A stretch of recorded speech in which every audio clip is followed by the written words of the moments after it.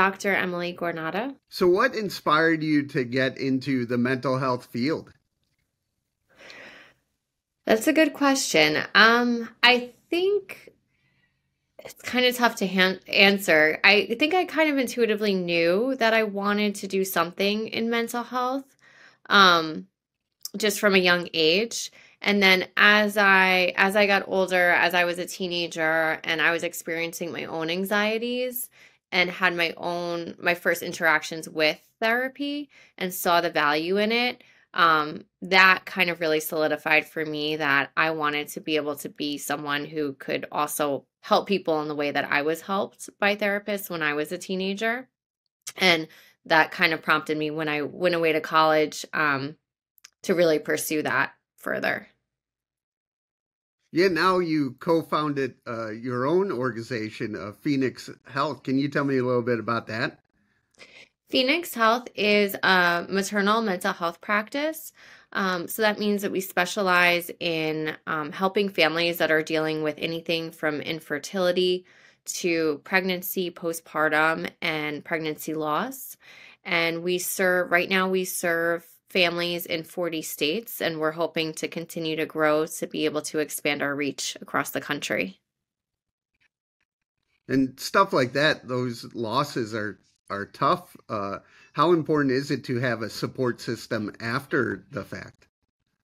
It's really important. A lot of families, whether they're going through pregnancy loss or infertility is its own form of loss, or they're just dealing with navigating pregnancy and postpartum and having a new baby, a lot of families really struggle when they don't have that support in place. So having a mental health provider or even a support group therapy setting, really provides a lot of value because then you feel less alone. Yeah, with the group setting and even one-on-one, how does that help someone's confidence level?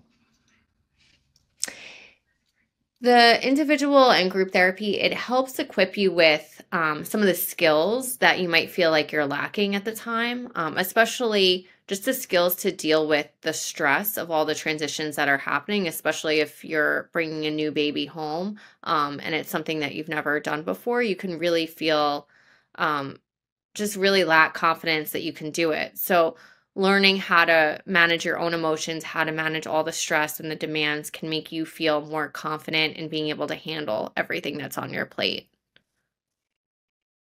And I know for me with therapy, I've tried it in and out basically since I was 10, and it just there was so much stigma there, especially when I was a kid. How important is it to get over that stigma and really heal yourself with your therapy? Stigma is a huge barrier to people getting help. And I agree, when I was a kid, when I was a teenager, at that time, back in the early 2000s, there was a lot of stigma about seeing a therapist and a lot of misunderstanding. Like a lot of people thought if you saw a therapist, you were going to get a diagnosis and then you were going to be labeled as something for the rest of your life, and it was going to affect whether you could get a job, and it was really going to limit you. And in 99% of cases, that's actually not accurate and not the Right. case. So really fighting through that stigma makes it so that it's safer for people to feel like they can seek out therapy. And it's important to deal with your own stigma too, not just stigma from other people who you feel like might be judging you, but you could have your own internal stigma where you might feel like, oh, am I weak for doing this? Yeah. And then that can make it really hard to embrace the process. So just kind of be aware of even your own internal stigmas that might be coming up and either preventing you from seeing a therapist or preventing you from fully embracing the process. How does it feel for you to be helping others? It feels really good. It feels like my calling. I feel really blessed to be able to do this work. And I'm just so grateful that there are people who are so open with me and that are so vulnerable, because I know being on the other end of it too, and I'm still in my own therapy. I've been in therapy on and off my whole life, and certainly since having my children, I've been in therapy very consistently. and continue to be. So I know what it's like to be on the other end and the vulnerability that it takes. So I so admire the clients that are able to come in and lay it all out on the table and really just allow me to be there with them in everything that they're going through. How does helping others, help your own healing process?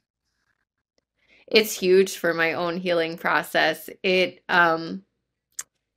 I just feel like it's given me a purpose. And even on the tougher days, sometimes there are days where it can really be hard to do the work that we do, or there might even be other things going on in my life that are stressful and consuming me. But to know that I'm able to make a difference to someone, it keeps me going. It makes me just feel like I'm providing value, even if I'm having a tough day or even if, I'm going through something personally. I know that I'm giving back in some way. What do you do to help your own mental health? I do a lot of things. Um, I invest a lot in my own mental health. I do my own therapy. I see my therapist right now once a month, but I have seen her more often when I've needed to. I meditate every day, and that's been really helpful for managing my own stress and anxiety. I exercise regularly. I try to be very mindful of the diet that I eat and eating healthy foods. I try to get some time outdoors as often as I can. And I'm very careful about what I consume in the sense of what television or news I watch and just the information that I absorb, because I think that that's very powerful too in affecting your mood and your energy. What would you say to anyone going through a tough time?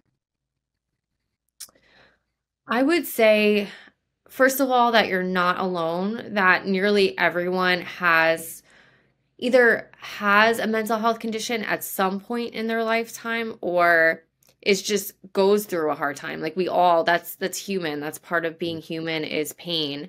And it can feel like you're on your own or you're isolated, but it's really important to remember that this is part of being human, is experiencing tough times. And then I would also say to try to remember the impermanence of it, that no feeling, no situation ever lasts forever. And sometimes when we're in the thick of it, we forget that. But it's really important to try to keep that in mind too. And sometimes just like going into a crowded room of a lot of people and just thinking to yourself, wow, these are all people who are experiencing different things. Like I'm in this crowded room and probably 80% of the people are struggling with something right now in this very moment that I don't know about. And that kind of stuff can kind of take you a little bit out of your own head and the own darkness that you're feeling. What was it like co-founding your own organization?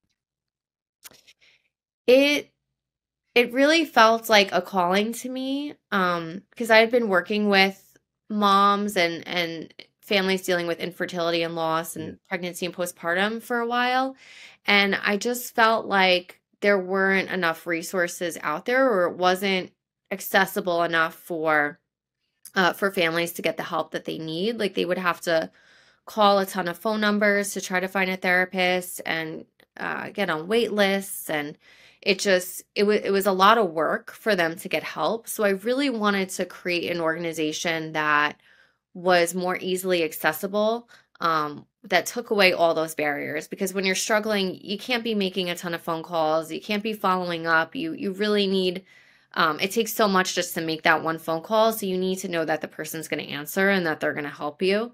So it really just felt like the right thing to do because I saw this gap in what was available. And speaking of that, where do you want to see your mission in the next couple of years? I would love to see Phoenix Health continue to grow. I'd love to see mental health in general and specifically maternal mental health to be less stigmatized. I think we've come a really long way, but there's still so much work that we need to do in just better understanding mental health. And I think that's certainly part of my mission. I know there are a lot of people, even yourself, that are out there doing this work to try to destigmatize it and just make care and treatment more accessible to people. How can people reach out and learn more? Our website is joinphoenixhealth.com, and we're also on Instagram, Facebook, LinkedIn, all the social websites as well.